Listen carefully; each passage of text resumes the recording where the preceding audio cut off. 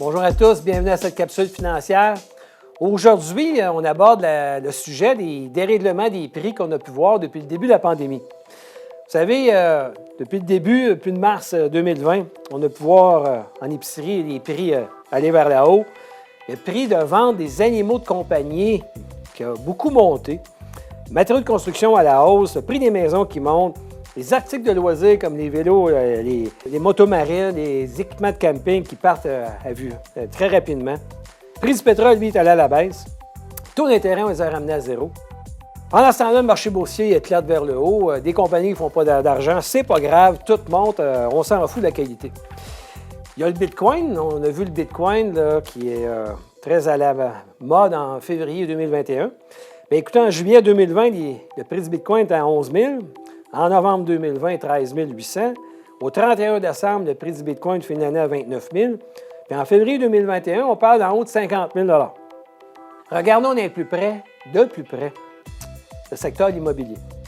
Vous savez, se loger, c'est un besoin de base. Hein? Dans la pyramide des besoins, là, le logement, là, c'est la base. Alors, on devrait s'attendre à ce que la base, les prix soient relativement stables. Maintenant, l'immobilier, c'est un secteur cyclique. Tantôt, les prix montent, tantôt, les prix sont stables, des fois, les prix baissent un peu. La partie de logement devrait occuper environ 30 % du budget familial. C'est sûr qu'en 2021, là, on peut se demander si c'est facile d'attribuer juste 30 % de notre revenu familial aux maisons, à notre maison, à notre logement, parce que les prix ont tellement monté. Nous sommes en pleine crise, en fait, puis on voit les prix qui popent vers le haut.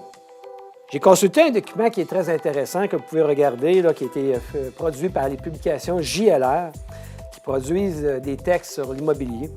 Très intéressant, à chaque fois je les lis. Ils ont parlé des statistiques de 1986 à 2016. Très intéressant de remettre le tout dans un contexte de 30 ans. On peut voir que l'évolution des prix sur une période de 30 ans, les prix de la région métropolitaine de recensement de Montréal, les prix auraient monté d'à peu près 4 % par année. Ils auront été stables durant les années 90, mais ils auront monté de 9,5 % par année durant les années 2000 à 2010. En fait, avant les années 86, les prix avaient une croissance. On peut voir que les barres les plus élevées dans le graphique, là, vous pouvez voir que les périodes de prix relativement stables, avec d'autres prix, que les prix partent vers le haut.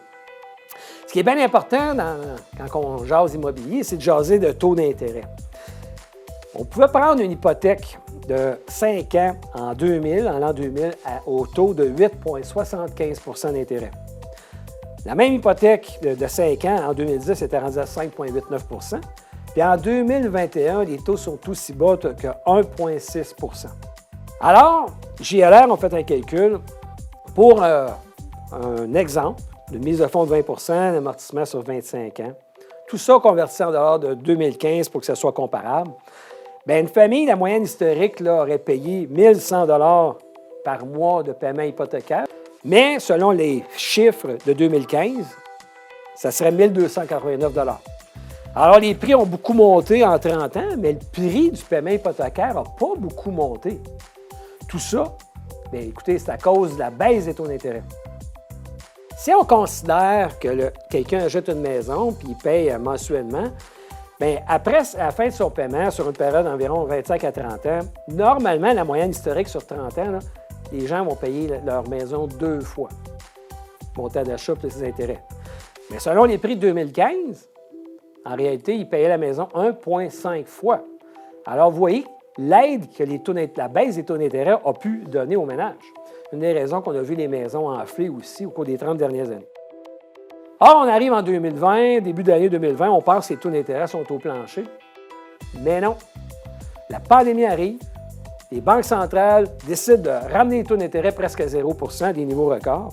Là, on voit l'augmentation de la demande, augmentation des matériaux, augmentation des prix de logement, les prix de la revente, les prix de construction, tout le monde. Là, on entend qu'il y a des gens qui achètent des maisons sans inspection. Ils achètent des maisons puis ils ont de la peine parce que j'ai manqué cet achat, ça me fait mal. Bon. Ils achètent à distance, ils ont visité la maison sur le web, ils n'ont pas été en personne.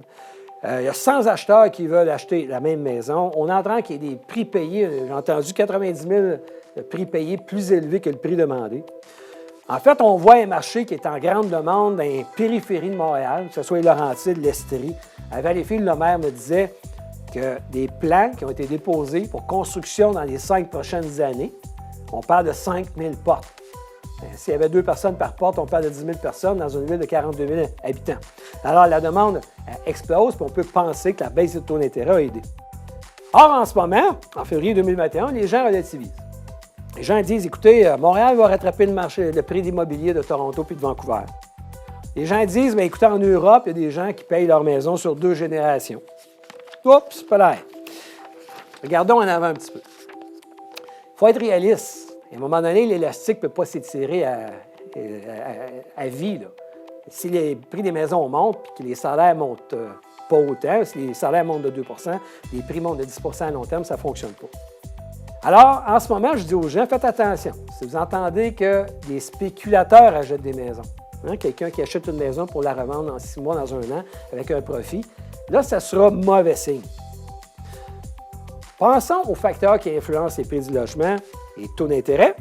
La Banque centrale nous a dit que les taux allaient rester bas jusqu'en 2023. Il y a la création des ménages, mais il y a autant de décès. Il y a les étrangers et les étudiants qui rentrent, entre autres à Montréal. Ils ne sont pas là en ce moment dans la pandémie, mais ils vont revenir. Il y a l'inflation qui influence le prix des maisons. Tout devrait monter, mais à long terme, l'inflation est à 2 Je répète, on ne peut pas avoir des prix des maisons qui montent de 10 à long terme si l'inflation et les salaires montent de 2. La mobilité des gens influence beaucoup. Alors, c'est sûr qu'il y a des régions que les prix vont monter parce qu'il va y avoir plus de demandes pour cette région-là. Mais le gros critère, c'est les taux d'intérêt.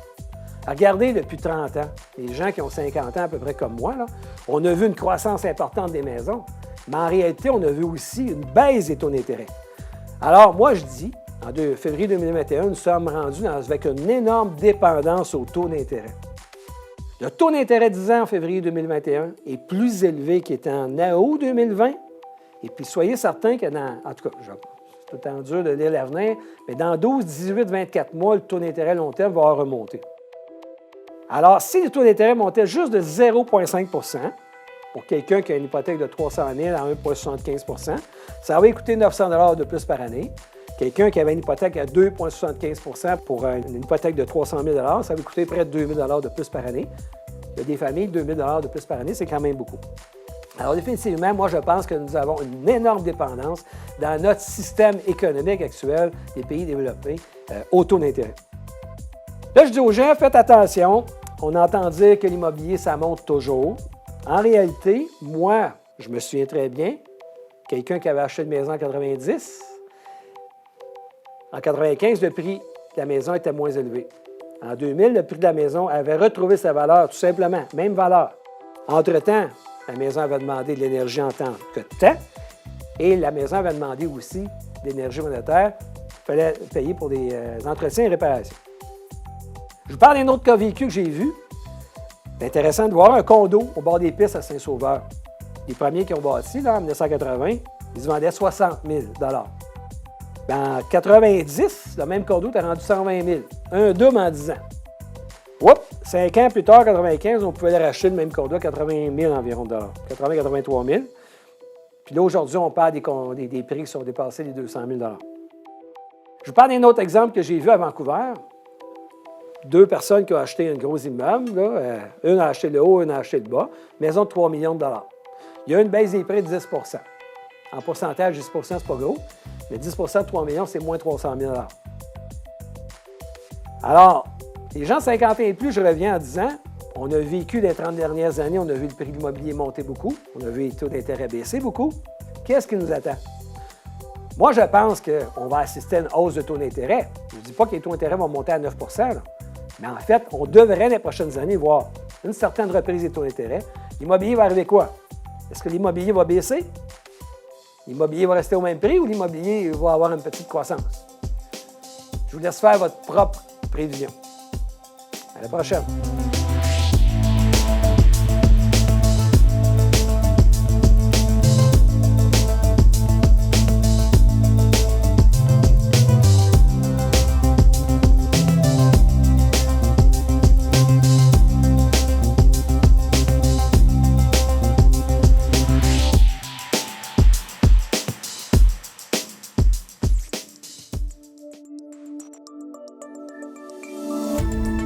Cette émission d'Accès est appuyée par Cogeco et est rendue possible grâce à la collaboration de la communauté avec Nous TV.